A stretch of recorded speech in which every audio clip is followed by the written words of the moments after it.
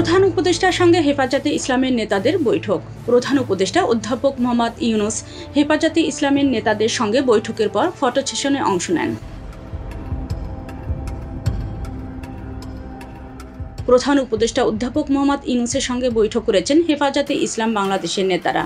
গতকাল শনিবার রাষ্ট্রীয় অতিথি ভবন যমুনায় এই বৈঠক হয়। প্রধান উপদেষ্টা প্রেস উইং এ তথ্য জানিয়েছেন।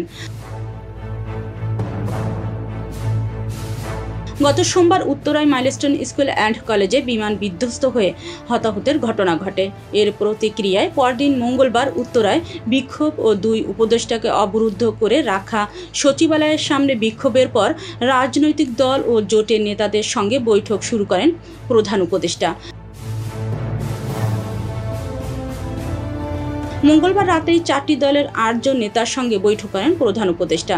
দলগুলো হলো বিএনপি, জামায়াতে ইসলামী, জাতীয় নাগরিক পার্টি এনসিপি ও ইসলামী আন্দোলন বাংলাদেশ।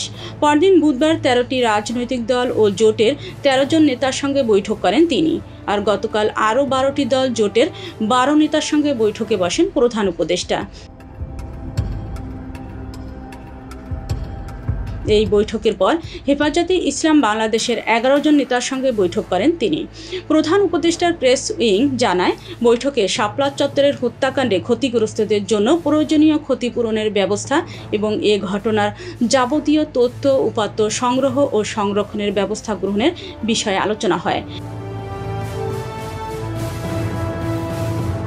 হেফাজতে ইসলামের সমাবেশে হামলার বিষয়ে জাতিসংঘের মাধ্যমে অনুসন্ধান করার বিষয়ে প্রয়োজনীয় পদক্ষেপ গ্রহণ নিয়েও আলোচনা হয় বৈঠকে।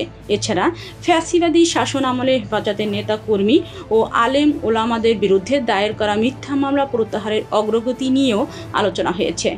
বৈঠকে হেফাজতে ইসলাম বাংলাদেশের নেতাদের মধ্যে উপস্থিত ছিলেন মাওলানা খলিল আহমেদ কোরাইশি, মাওলানা সাজিদুর রহমান, মুফতি জসিমউদ্দিন, মাওলানা মাহফুজুল হক, মাওলানা মহিউদ্দিন রব্বানী, মাওলানা আহমদ আলী কাশিমি, মাওলানা মামুনুল হক, মাওলানা আজিজুল হক ইসলামাবাদী, মুফতি সাখাওয়াত হোসেন রাজি, মুফতি বশিরুল্লাহ এবং মুফতি কেফায়াতুল্লাহ আজহারি। বৈঠকে শিল্প উপদেষ্টা আদিলুর রহমান খান, জ্বালানি উপদেষ্টা মোহাম্মদ ফাউজুল কবির খান ও ধর্ম উপদেষ্টা আফামা খালিদ হাসান উপস্থিত ছিলেন।